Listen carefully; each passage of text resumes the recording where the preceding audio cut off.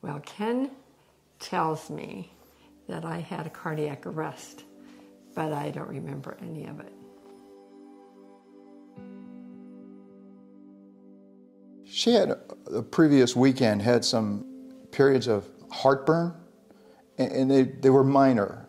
We had made an appointment with the cardiologist, and I had an appointment that morning, and she was to have one at 2 o'clock in the afternoon.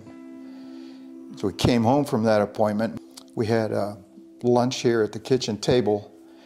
I finished and had gone in to brush my teeth because we were getting ready to go to that appointment later on for her, when I heard a thud. It's kind of like I thought a book dropped off the table. I came in and I saw her on the floor. And of course, I could have panicked right away, but I think the Lord took over, and I just straightened her out and started doing CPR. I asked Siri to call 911. The woman answered the phone, and then she said to make sure you're doing deep compressions, like 2 inches. And I thought, oh my gosh, I'm gonna break her ribs. The professionals, the first responders arrived. Of course, they came in and took over.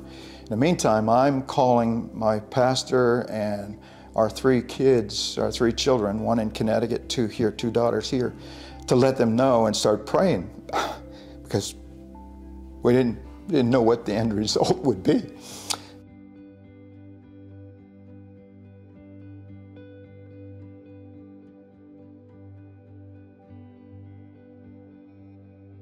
An interventionist, a cardiologist, interventionist, Dr. Marcus Brown.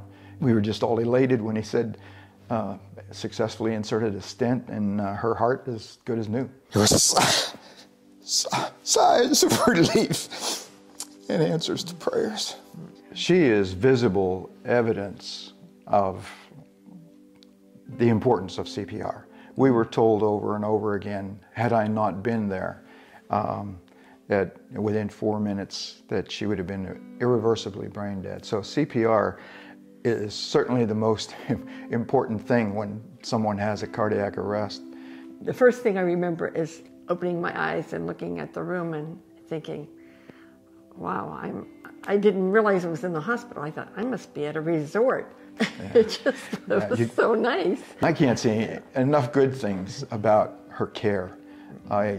Later on, after her discharge, I wrote a letter to the president of the hospital,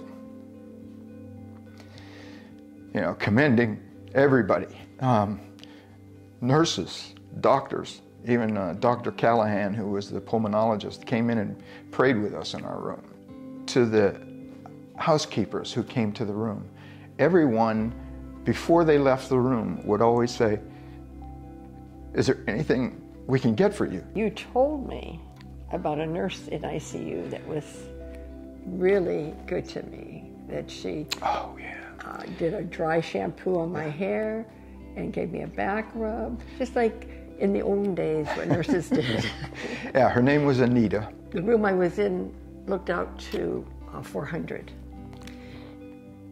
And it still happens, but especially soon after my discharge, and when we would go down 400 to go to church or whatever, and I'd look up at the hospital, I just had such a warm, tender feeling.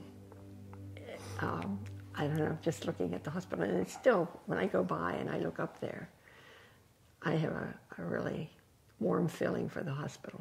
Yeah.